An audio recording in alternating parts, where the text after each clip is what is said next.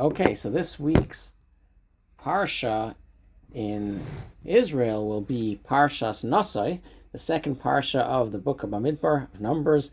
But this year, because Shavuos is Friday, in Israel they only have one day of Shavuos, so they'll read the regular Torah reading of Nosai on Shabbos, whereas the rest of us outside of Israel, we have a second day of Shavuos on Shabbos, so we have a special additional special reading for Shavuos this week, and we don't go back to the regular portion of the week until next week. So for the next couple of months, all the Jews outside of Israel and in Israel will be reading different parshas in the Torah each week until we come to in middle of Av, where we come to the end of Bamidbar, the end of the book of Numbers. And then the last parsha, we'll read together. We'll read together Matos and Maseh, and in Israel they'll only be reading the last parsha Maseh, and then for the beginning of the next book we'll all be back on the same page again. So this week, because we are going to be reading about Shavuos, and this week we're coming into Shavuos, so we'll learn a little bit more this week about the holiday of Shavuos. So here we'll begin from the verses that talk about where Shavuos, the mitzvah of Shavuos in the Torah. This is from the Leviticus, where he talks about the mitzvah of, tells us about Pesach, and then tells us, Svartim lachem machras haShabbos, you shall count for yourselves from the morrow of the rest day, the day after Shabbos. From this day you bring the Omer as a wave offering. 7 weeks they shall be complete.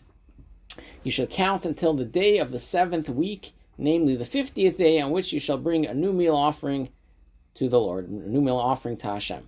So here we have the mitzvah of, on Pesach, the second day of Pesach in temple times, in times of the Beis HaMikdash, in the temple they would bring on the second day of Pesach an offering from the new barley. They would harvest the new crop of barley on the second day of Pesach, and they would grind it and measure out an omer. An omer is actually a measurement of flour, of oat flour. And they would bake that into matzah, and they would wave it.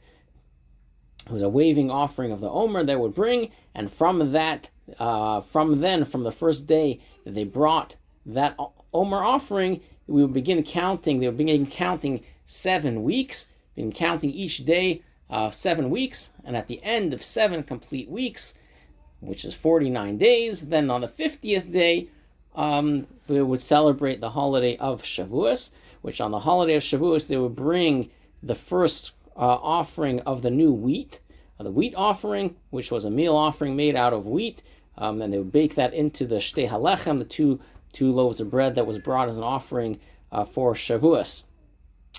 So in temple times, they would begin, we'd have Pesach, then they would bring, the next day would bring the Omer offering from barley, and then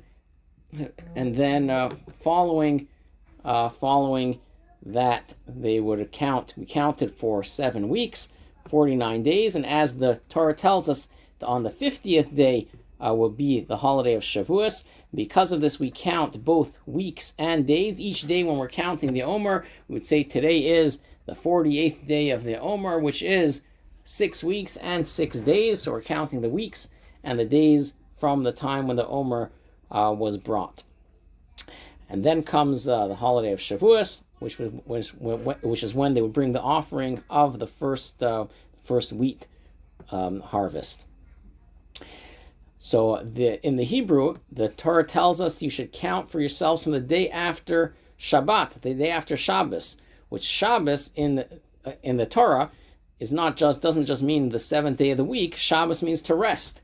Every single holiday, every single day of Yom Tov is also called a Shabbos. So for example, the holiday of Pesach was 7 days long. You have the first day is called Shabbos, the last day is called Shabbos, and the days in between are called Chol HaMoed, because the days, first and last day, are days when we rest from working. And because the Torah is speaking about Pesach, talking about the day of Pesach, and it says you should count for yourselves from the day after Shabbos, the day after the day of rest. It's speaking about, our sages explain that this is speaking about the day after the first day of Pesach is when you bring the Omer offering, and then we count the 49 days up until the holiday of Shavuos, which we call it Shavuos because it literally means weeks. We're counting weeks. We're counting 7 weeks from Pesach to Shavuos, which is actually interesting to note that Shavuos is the only holiday in the Jewish calendar that doesn't have a precise date that the Torah gives it. Pesach, it tells us, is on the 15th day of the month of Nisan. Rosh Hashanah is the first day of Tishrei, and Yom Kippur is the 10th day of Tishrei, and then Sukkot begins on the 15th day of Tishrei.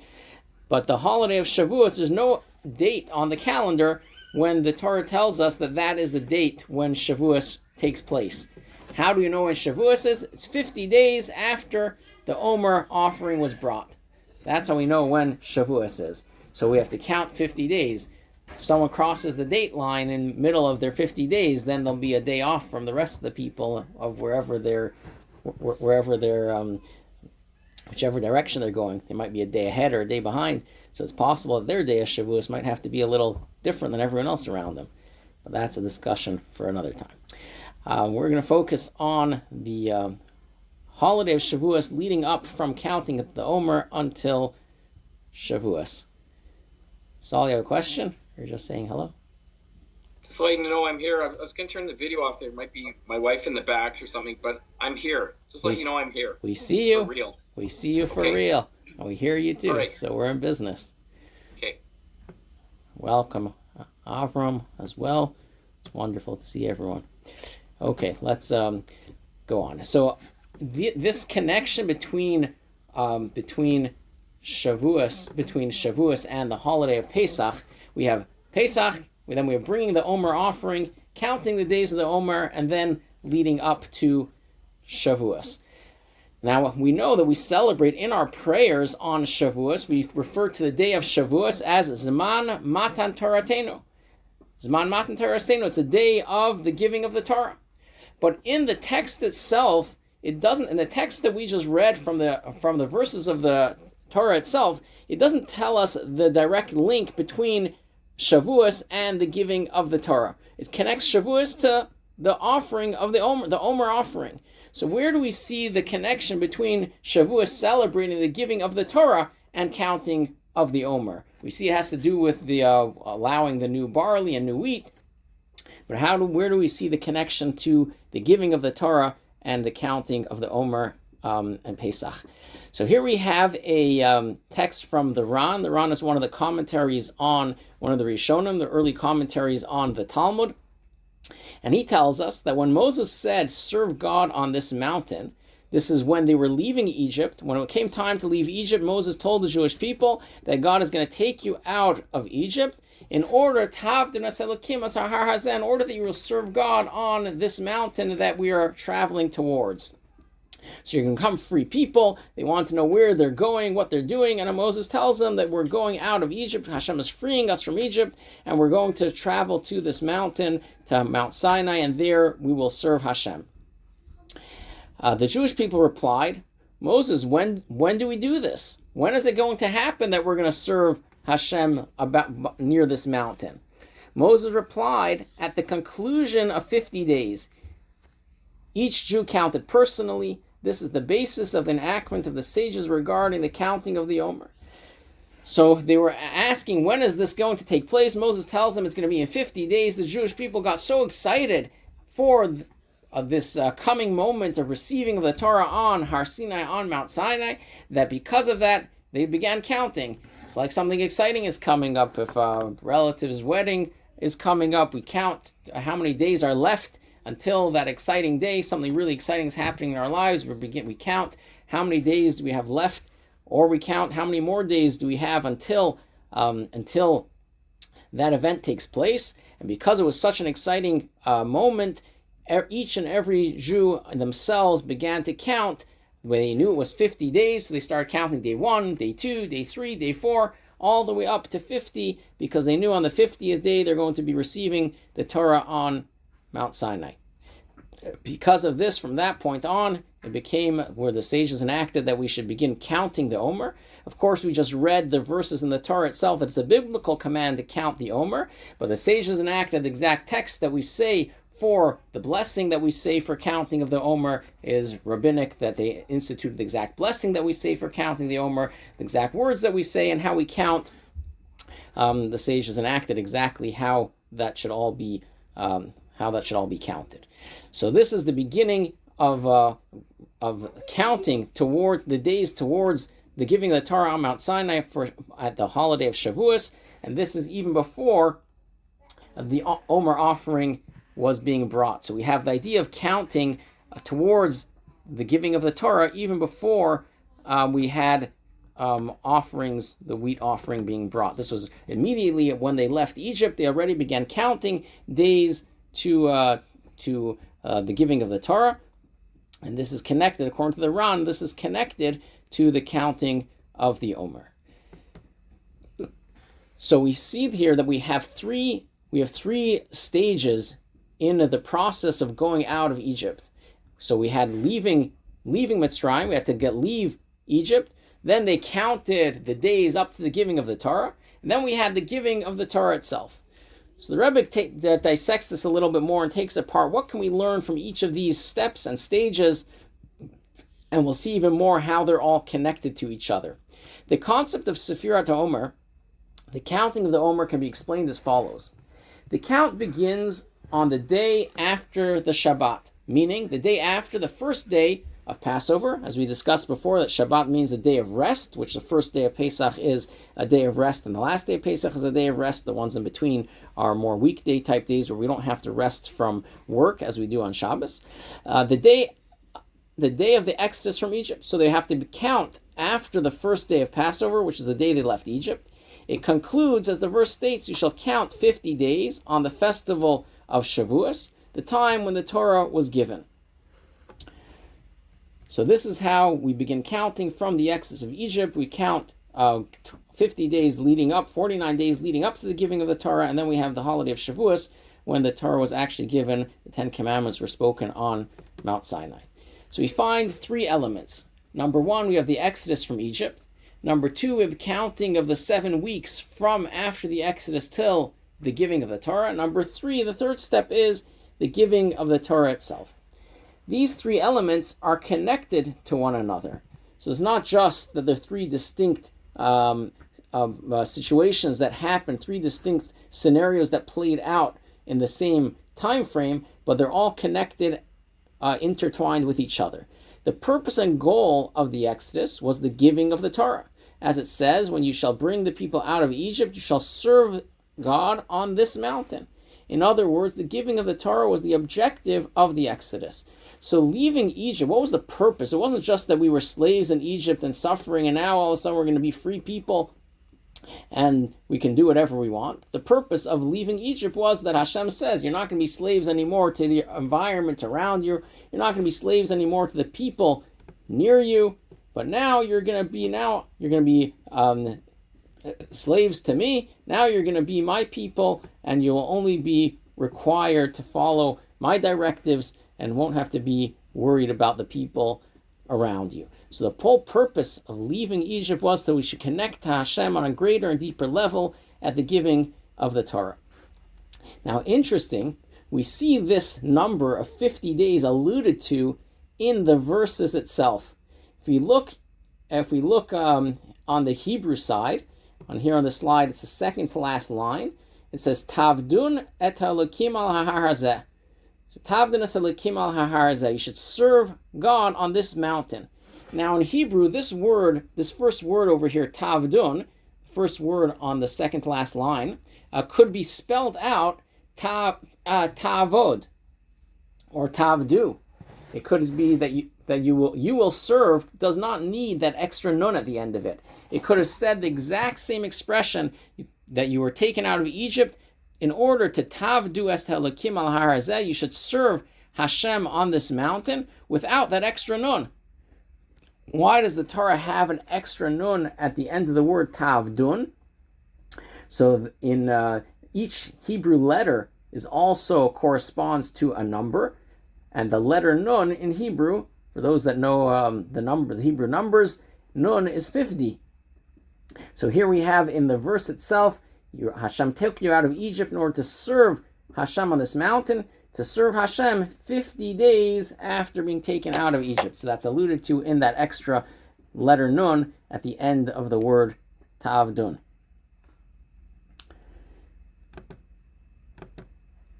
The bridge between these two elements, between the exodus of Egypt and coming to Mount Sinai and receiving the Torah on Mount Sinai, is created through the intervening days of Sephirah, of counting. So they're counting towards the giving of the Torah, counting the Omer. A midrashic teaching cited by Rabbeinu Nissim, the Ran, and by Maimonides in his discussion of the reasons for the mitzvot explains that counting reflects the longing of the Jewish people after leaving Egypt to arrive at the giving and receiving of the Torah. This is why they counted each day that passed from the Exodus until the giving of the Torah to express their deep desire to receive it. So this is why they were counting. They were counting because they were so excited to receive the Torah. So now we have the leaving Egypt, the Exodus from Egypt. We have the time in between, bridging the gap from the Exodus leading up to the giving of the Torah, the 49 days that we count. The Omer, anticipating the exciting event of receiving the Torah, which every year happens again from new. And we receive the Torah every year at a higher and deeper level than the year before. And then we have the giving of the Torah itself on the holiday of Shavuos. So we have three distinct times that are clearly connected with each other. It is clear, from all this it is clear that although these are three distinct ideas, they are nevertheless interconnected and must come in this specific order. First, the Exodus, then Sfirat HaOmer, and then the giving of the Torah. So we have three distinct times. Furthermore, the Exodus serves as a preparation for the counting, and together they prepare for the giving of the Torah. So we first need to have the Exodus from Egypt. That prepares us for counting, and then together, the Exodus together with the counting towards the giving of the Torah prepares us for receiving the Torah on Shavuot. Sfirat HaOmer connects all the intervening days to the giving of the Torah, beginning with the very first day, the day after the Exodus. So this is what the intermediary of Sfirat HaOmer is, connecting all the days from leaving Egypt up until the giving of the Torah. So we already see clearly from the sources that we're looking at that although in the Torah the talks about Shavuos being 49 days from counting of the Omer, but clearly from when they left Egypt they already began counting the days to the giving of the Torah. It's also hinted to in the word Tavdun Elokim al Har Hazeh, that you should serve me that you should serve Hashem on this mountain. The extra nun representing the number 50, the days in between they were counting. So clearly leaving Egypt was connected to the counting of the Omer, counting not just the Omer, but counting as a preparation leading up to the holiday of Shavuos. Now we have one more text that will show us even more fascinatingly the connection between the holiday of Pesach to Shavuos. In order to understand this, we just need an introduction that the holiday of Shavuos in the Torah is referred to also as Atzeret. Atzeret means to stop. There's another holiday besides for Shavuot, which also has a similar word, and that's at the end of Sukkot, the end of Sukkot, the last day of Sukkot. After we have our 7 days of Sukkot, we have the day called Shmini Atzeret, the 8th day, which is for Atzeret. Atzeret literally means to stop. To stop, that we don't do any work, we rest from work, and stopping, that this is the ending point of the holiday. So at the end of Sukkot, we have the holiday of Shmini Atzeret, which is the last day of the end of Sukkot. That's the ending. It's connected to Sukkot. And then we have Shavuot, which is also called Atzeret, the end of something. The end of what? And as this Medrash tells us in the Psikta of Kahana's Medrashic work, that tells us that Shavuot is the end, the culminating what began on the holiday of Shavuot, of Pesach, So here he compares Shavuot being the end of Pesach to Shmini Atzeret being the end of Sukkot, and looks at what the difference is between these two times. So Rabbi Yeshua ben Levi said I'm reading it inside now. It would have been befitting for the concluding festival of Sukkot to be 50 days later, just as Shavuot follows Passover after 50 days.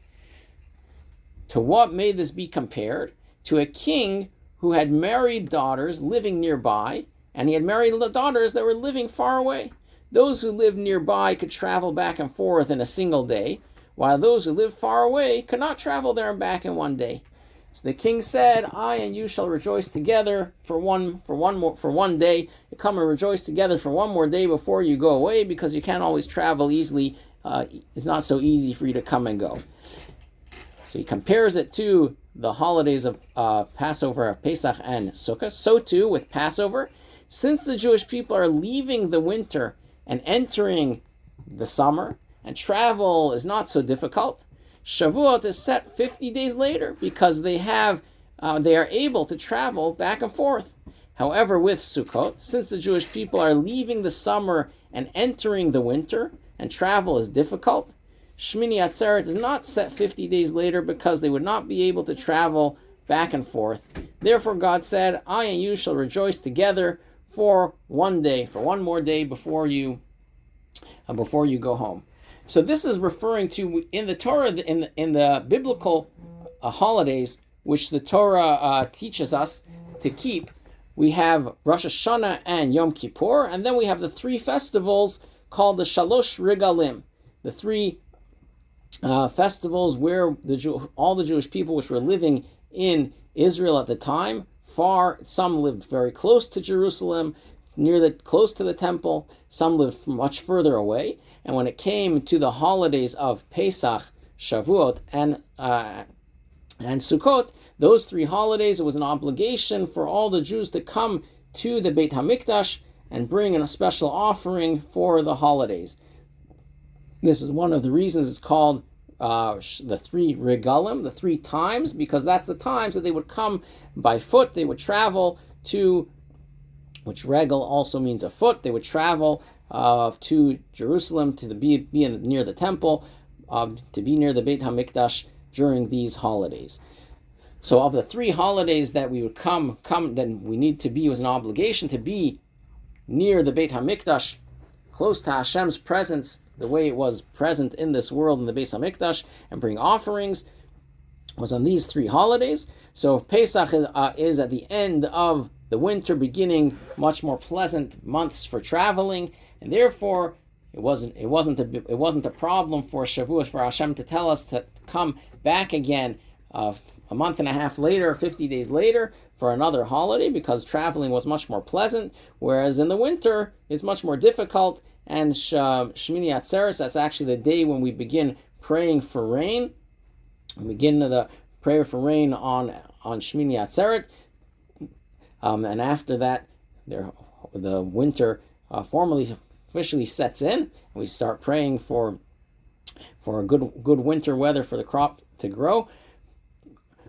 So at that point, travel back and forth is not comfortable, isn't very possible, and therefore Hashem tells us that we don't have to come back a full a month later, or 50 days later, like Shavuot, but we just stay for one more day, stay an extra day for Shmini Atzeret before you go back home after the holiday of Sukkot. So here again, in this Medrash, we see how just as Shmini Atzeret is the culmination and ending of Sukkot, Shavuot is not just a holiday for itself, but it's also an ending point, culminating that which was accomplished, the exodus of Egypt, and leading up to the holiday of Shavuot. So we see from these sources how the holiday of Shavuot, as much as it is a holiday for itself, and of course you have its own blessing that we say for it, and we make the blessing of Shehechiyanu for the holiday of Shavuot because it's a new holiday for itself, but yet at the same time it's also culminating and concluding that which was started during Pesach. This is especially true in light of the Midrashic teaching that the festival of Shavuot is called Atzeret because it serves as the concluding assembly of Passover, just as Shmini Atzeret is the concluding assembly of Sukkot. From this it is clear that just as Shmini Atzeret is a continuation and completion of the festival of Sukkot, together forming one 8-day unit, so too with the Atzeret of Passover, calling it Atzeret indicates that all the intervening days form one continuous process and one unified idea. So by the Torah calling Shavuos also Atzeres, the concluding gathering, we see that all the days from Pesach up until Shavuos are all connected and united. So of course now comes the question, what is it that is teaching us? How is Pesach the beginning to what ends on Shavuos? How is Shavuos the end? And what are the days of counting the Omer in between have to do with connecting these two units? And why is it so important to have it in this specific order of Pesach, then the counting the Omer, and then Shavuot? So let's look at the deeper meaning of this time period, escaping evil and inner refinement. This is also based on a verse in Tehillim, where King David says, Sur Meira, turn away from evil, Va'asei Tov, do good, Ba'kei Shalom, you should search for peace, V'rodfehu, and pursue it. A brief explanation of these three modes of divine service, what this means in our personal lives. The simple meaning of the Exodus from Egypt is leaving the condition of Egypt, described in the Torah as the nakedness of the land. The Torah calls Mitzrayim, the land of Egypt, Ervas Haaretz, a place, that nakedness of the land, a place which was morally corrupt and a difficult place spiritually. As the verse says, the people fled, which in a person's inner life corresponds to turning away from evil, rejecting an undesirable state. This rejection must take the form of fleeing. So when the Jewish people left Egypt, the Torah describes it that ki varach ha'am, the nation fled, they ran away from Egypt. Even though at the beginning, Pharaoh was trying to get after the killing of the firstborn, Pharaoh wanted them to leave as quickly as possible. Pharaoh was trying to kick them out as quickly as possible, but they left. They left very quickly, which is part of why we have a matzah, because they didn't have time for their bread to bake. Baked as they were traveling. They left very quickly. And the idea of leaving Egypt very quickly is similar. The Rebbe is comparing it to when we have something that we shouldn't be doing, something that's negative that we're connected to, and sometimes we can negotiate. Sometimes there's discussion of how to deal with it. And there's another time when it's such a difficult situation, the only way to get out of it is literally just to pick up and flee and run away from it. So this is reflected in the idea of turning away from evil, going away from a state where we shouldn't be. Although this kind of work generally relates to the negative commandments, whose purpose is to reject evil, in truth, this dynamic also exists in the realm of positive commandments as well. In every action we perform, there are two movements, affirmation and negation. By choosing one thing, we are simultaneously rejecting the opposite. So when we think about turning away from evil, generally we're talking about not doing the prohibitions that Hashem doesn't allow us to do. Don't eat something that we're not allowed to eat. We shouldn't take something from someone else that doesn't belong to us. These things that we shouldn't do is generally what we call sur meira, turning away from negative, turning away from evil. But at the same point in time, every time that we do something positive, we're making a statement that this is what I want to do. I want to fulfill Hashem's will. Now I want to keep Shabbos, and that means that I'm not going to be doing work. I'm not going to be acting like the rest of the world around me behaves on this particular day. But taking this even a step further within good itself, the Hebrew word for Mitzrayim, which each word in the Hebrew language, in Lashon HaKodesh, in the holy tongue which the Torah is written in, any word that has a similar meaning is connected to each other. And the Hebrew word for Mitzrayim, for Egypt, also comes from the word Meitzar, which means limited, constrained, held. So the same thing too, this is the essence of the first stage represented by the Exodus from Egypt, rejecting undesirable things. In Hasidic terminology, this is called subduing the sitra achra, the other side, suppression of unhealthy or negative desires. So anything that we're pulled to, and our physical instincts and pleasures and things that we want just for the sake of pure enjoyment, but for no other reason, The Torah tells us we should turn away from those things and focus our energy on preparing and connecting to Hashem. So the first step is to take away, to subdue the other side, the side that's the opposite of holiness, things that are not in line with the way Hashem wants us to behave. We should push those aside and turn away from them. At the same point in time, even within holiness itself, we also have, even within holiness itself, we also have a level of constraint that we have to leave. On a higher level as well, the exodus from Egypt represents leaving behind all forms of confinement and limitation, even limitations connected to holiness. Here too, the essential idea is the rejection of boundaries and constraints, because this mode of service is fundamentally one of negation. It takes place in a single movement. Thus, during the exodus itself, the people departed in the blink of an eye, because rejection is a single decisive act. So even within holiness itself, someone can have their routine of getting up and davening and giving some charity, and all the other good things that they do throughout the day, and yet that itself, they can be limited. They can be constrained to the limits that they set for themselves, and because of that, we're not able to grow and expand beyond what we're used to doing. The idea of leaving Egypt is leaving behind that which we're comfortable and used to doing, and going out of our comfort zone and doing something a step higher and above. So this is the idea of leaving Egypt. In order to leave the place where we're comfortable, it takes one step. In order to leave Egypt, it's in one movement. Before, you were held back behind these strict lines of limitations, and now we're jumping forward, we're springing forward to be able to expand to much greater heights. But that step that we're taking is essentially in one movement. We're leaving behind that which was holding us back, and now we're ready to open up. We're opening our minds and our hearts to something far greater than we were able to connect to up until that point. So this is step number one.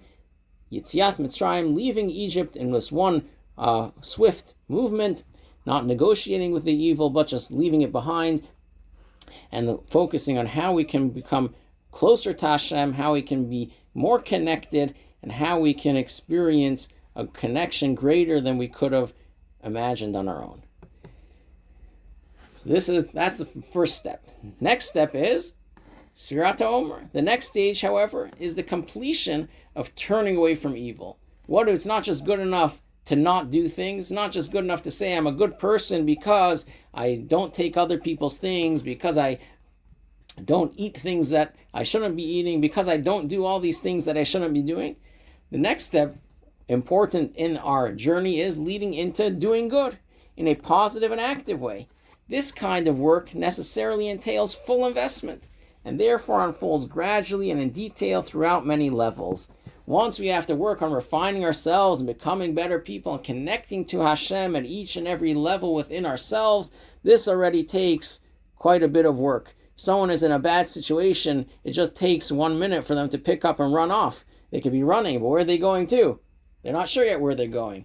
The next step is to work on where we're going to and how we're building a new life, building ourselves in a greater and deeper connection to Hashem.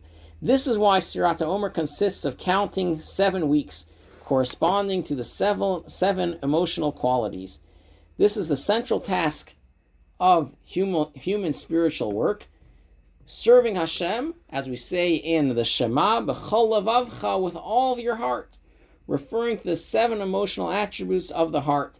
So in Kabbalah and Hasidic thought speaks about the 3 levels of intellect of a person and the 7 levels of emotion within a person's heart. So when we say in the Shema, we should serve Hashem b'chol levavcha, with all of your heart, it doesn't just mean with your heart, it means with all of the emotions and all of the attributes which come along, which are seated in the heart.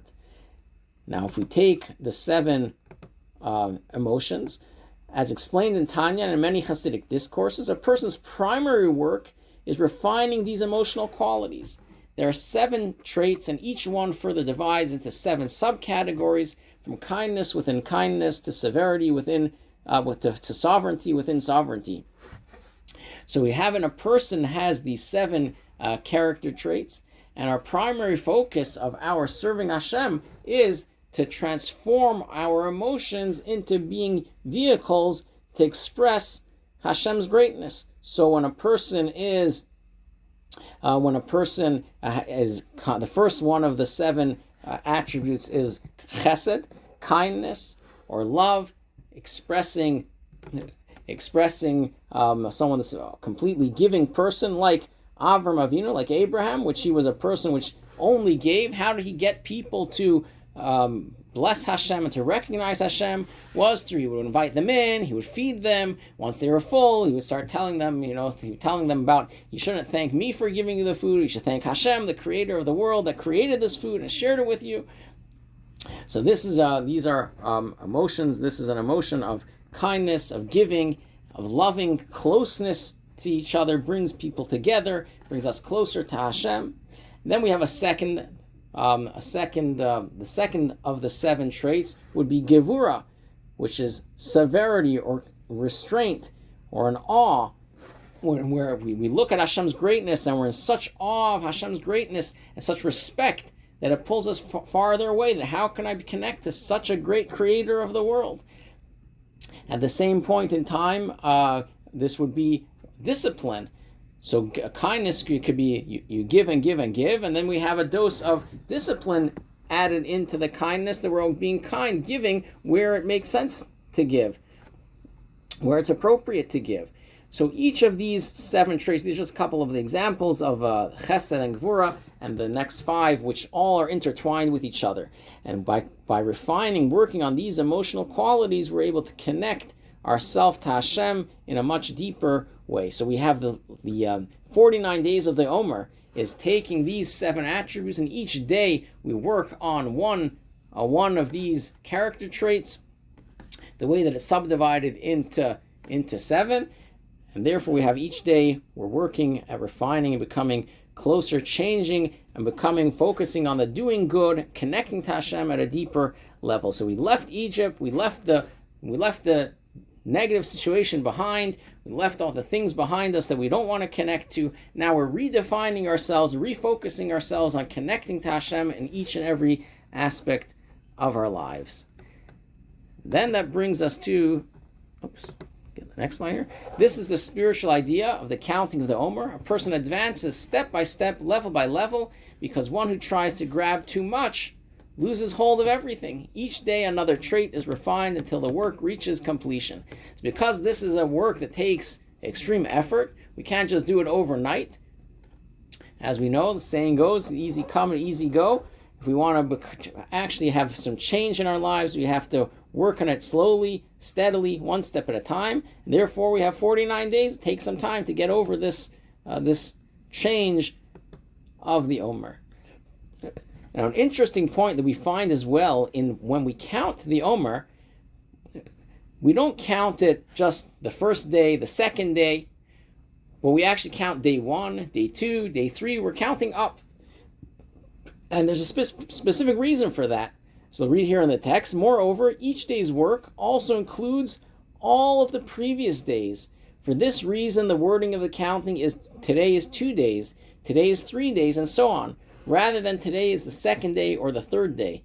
Each day elevates and incorporates all the days before it until the final day. When we say today is 49 days, not merely the 49th day, because on that day, the refinement of all the emotional qualities reaches completion. If we were just saying the first day or just the second day, then we're focusing on that one day, the emotions reflected in that one day. But if we say today is 48 days of the Omer, that means that we have all the 47 days prior to it leading up to 48, and now we have a full number 48 because we've worked on and repaired and corrected and elevated each of the other character traits leading up till this day. And this is why we're specifically counting up and counting the number of days as we're going along, because we're including everything, all the work that we did beforehand up until the very last step. And then that brings us to the last level of Shavuos, of receiving the Torah. So we left Egypt, we're leaving the negativity behind, Sur Meirah, we have worked on the Aseh Tov of doing good and of correcting, elevating all of our traits to become godly and holy. And now we're ready to come to the holiday of Shavuos and receive the Torah. After turn away from evil and do good, the verse continues in Tehillim, seek peace.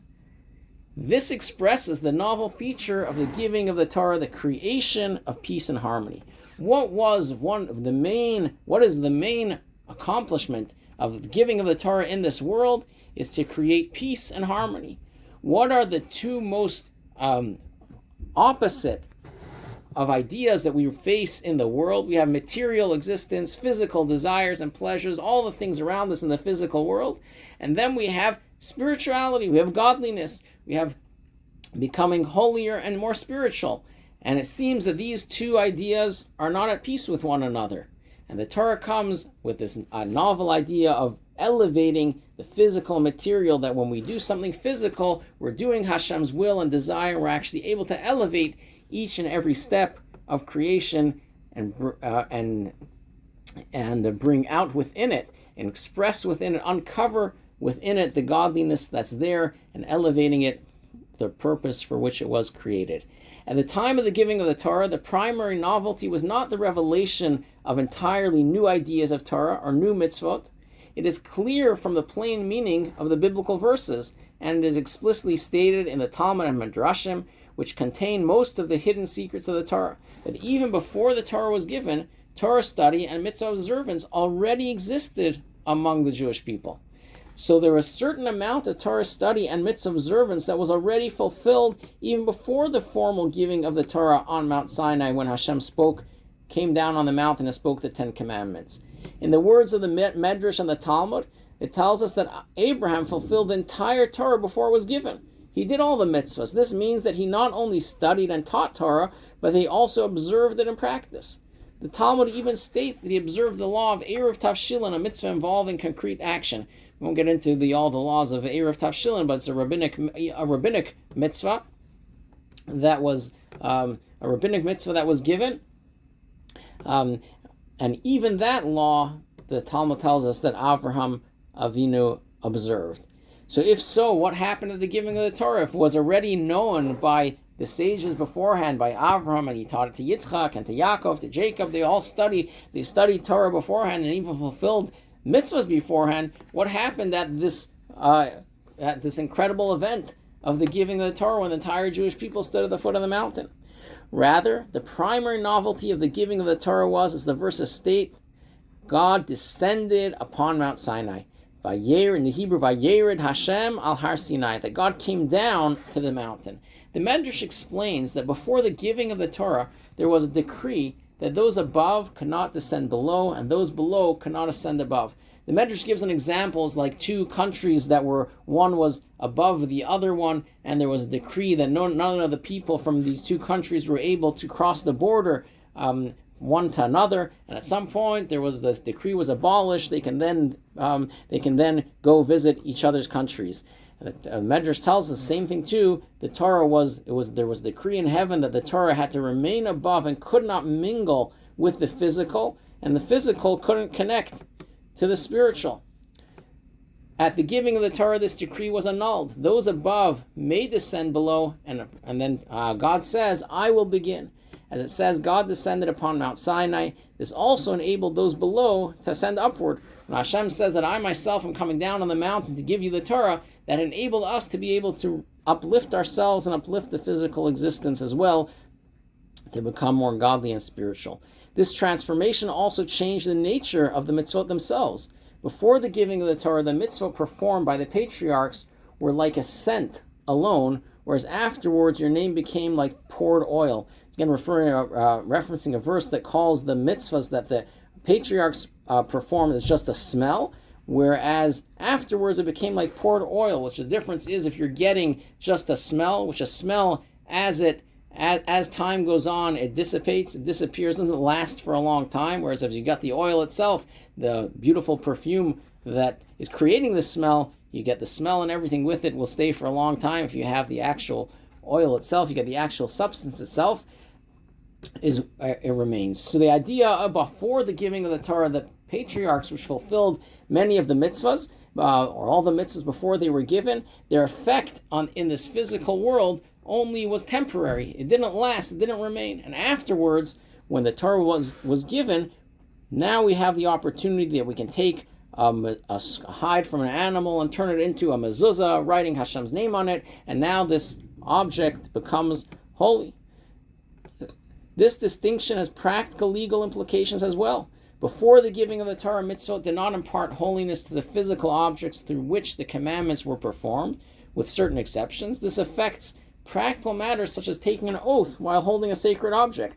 In a Beit Din, when in a Jewish court, if an oath needs to be taken in specific situations, the person would have to hold a holy object, a Torah scroll, a pair of tefillin, a mezuzah, something holy, in order to make this oath. And before the Torah was given, those physical objects were not able to maintain and contain within them the holiness required for taking oaths. After the giving of the Torah, however, not only do Torah scrolls and tefillin become sacred objects, but even ordinary physical items used for a mitzvah can acquire holiness. This is the meaning of Maimonides' statement, based on the Sifri, that the Torah was given to bring peace into the world. This is Maimonides tells us that the Torah was given in order to bring peace into the world. What kind of peace was brought into the world? It was harmony between the heavenly realm and the physical material realm. Harmony that every step that we take, every time we use a physical object in this world, every time we move around the atmosphere of this world, the space that we're in, and we're able to connect that time and space and objects that we're dealing with Hashem and make them have infinite value and utilize them for the purpose of serving Hashem, bringing forward the godliness that's inherent within them, allowing them to fulfill the purpose for which they were created. And this is the idea of the Torah being given. It's making peace between the seemingly two opposite realms. This bringing of peace into the world at the time of the giving of the Torah was accomplished specifically through the Jewish people. As the Medrash states, the Jewish people are called shulamet. Shalamis, from the root word shalom, peace, because they create peace between God and His world. The Jewish people are called shulamet, are called the people of peace, because we're bringing peace, we're bringing shalom between the physical and the spiritual, between the seemingly two opposite realms of the world. And this is what the holiday of Shavuos is all about, bringing the godliness into this world, elevating the world and making it a more spiritual and godly place, making Hashem's presence felt within this physical world. So we leave Egypt, leave the negativity behind, we work on increasing our connectivity to Hashem and elevating ourselves in each and every aspect of our emotional and character traits through the 49 days of the Omer, and then we're ready to receive the Torah which brings peace and harmony between the people. Similarly, the dwelling of the divine presence that was introduced through the giving of the Torah, the idea of creating a dwelling place for Hashem in the physical world, is likewise accomplished specifically through the Jewish people. The verse, "I will dwell among them," is fulfilled through the Jewish people. More specifically, the sages note that the verse does not say within it, but within them, meaning within each and every Jew. So the Torah tells us that you should create a dwelling place for Hashem, talking about the Beit HaMikdash, or the Mishkan. V'shachanti b'socham, I will dwell among them. It doesn't say I will dwell in it, in that physical space. I will dwell in them, in the plural. There's only one temple, only one Mishkan. What does it mean, I will dwell in them, in the plural? It's I will dwell inside of each and every Jew, inside of each and every person. By how do we do that? By fulfilling what the Torah teaches us, and by connecting each step of the world with Hashem, we're able to elevate the physical, make it spiritual, and bring Hashem's presence more and more into this world. In other words, the drawing down and resting of the divine presence within the world takes place specifically through the Jewish people. That is our task that Hashem gifted to us through giving us the Torah, is the ability to make peace between the spiritual and the physical. And Hashem gave us that mission, that lifelong mission, to bring Hashem's presence and make Hashem's presence more and more noticeable and effective in the world around us, and utilizing each and every aspect of creation for bringing Hashem's presence here. So that is the connection. That's the culmination of the work of leaving Egypt, of leaving the negativity behind us, elevating ourselves and transforming our emotions and character traits into positive levels and connecting to Hashem at a deeper level. And then we're ready to bring true peace and harmony into the world through the giving of the Torah. And we see the ultimate peace and harmony in the world with the coming of Mashiach.